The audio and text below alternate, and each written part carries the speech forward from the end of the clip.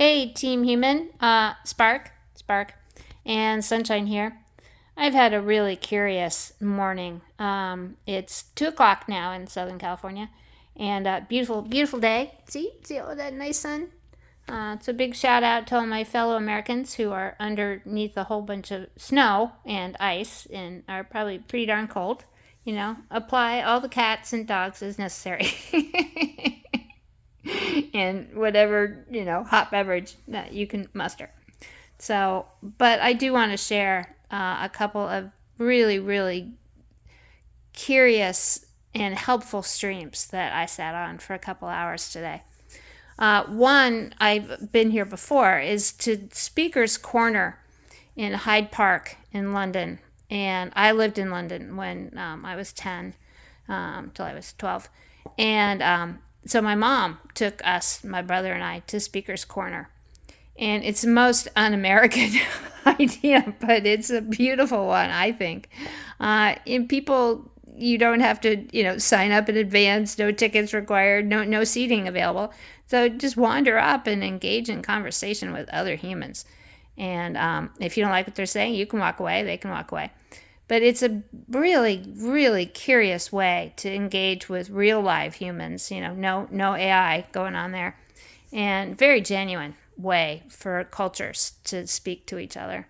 And so I did that for an hour and a half, and it was raining, but then it got a little less rainy, so I hung about. And then I moved on to another stream coming from an American who was in Denmark. And so big shout out to Denmark and Greenland. Let's leave Greenland alone, Trump. And Europe, that'd be nice too. But wow, that gave me just a fascinating view into, to hear a fellow American try to understand, all of us. And of course, I understand him being an American myself. So that was really enlivening.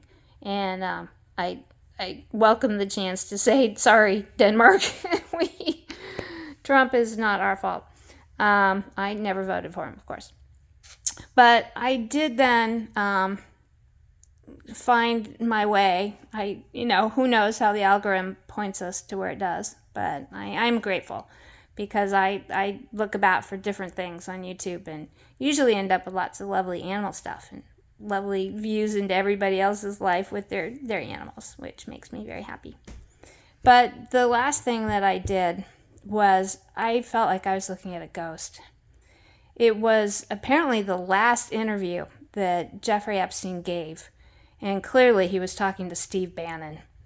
And I hope that fat man never gets elected to anything in the United States of America.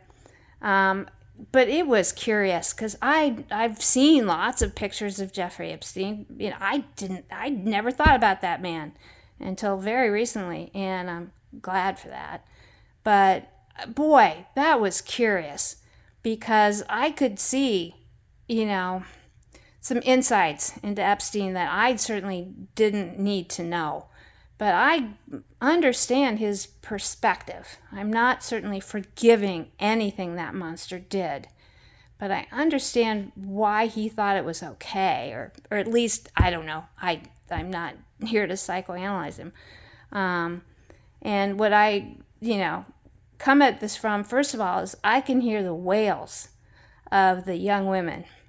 And they will always be right in front of my face. So please, understand, I have some insight, having been a young woman myself once and pretty goddamn vulnerable. But I could see Bannon was pushing Epstein, I thought, to come to some sort of confession, some acceptance of culpability for his actions. And Epstein wasn't going to do that. He wasn't angry. He wasn't loud. He wasn't swearing. He was just standing up. In whatever perverted headspace he has, but it was quite rational. And that was terrifying.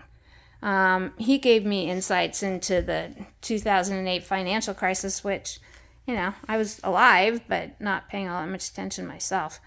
And, but he certainly explained it to me, how he got there. And he kept coming at it from the correct view that these are systems. They're not individual actors. It's not derivatives. It's, nothing that simplistic. It's the entire system that feeds this. And of course, the United States is a very complicated place. And so to pin any disaster on one, bad actor is incorrect. We have a system, a financial system that clearly doesn't work for most of us. Inequality is the number one thing in America today. And, with all these great big bigoted racist overtones. That's not my America, at least the one I want to live in. I believe all people should be given a chance. And but the system is stacked against people of color. If you deny that, you are confused. And women, I think, are the most, certainly vulnerable group of all. I mean, it just seems really easy for some men to hate us no matter what we do. And I certainly think that's true of Trump. I think Trump sees people as just pawns in his great big game of, aren't I the world's greatest thing that, since sliced bread? But he isn't. Trump is so goddamn venal, and now he's scared. And so watch out, America. Do not let this man drag us into another war. If a single American soldier or airman or, sailor gets killed, taken on Iran, pin it on Donald Trump. He will be the cause. I mean, if anything was so simple, it's going to be his fault. And you Republicans are going to own this war. Know that. Let's not go to war, okay, people? No one wants to get that phone call from the Department of Defense saying your son or daughter is dead. Come on, guys, let's pick up. Let's try to be kind to each other.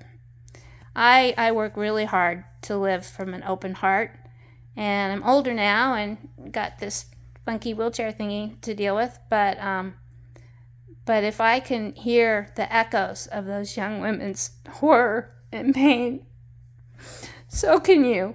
So let's hold the bastards accountable, please. Loves to all. Sunshine.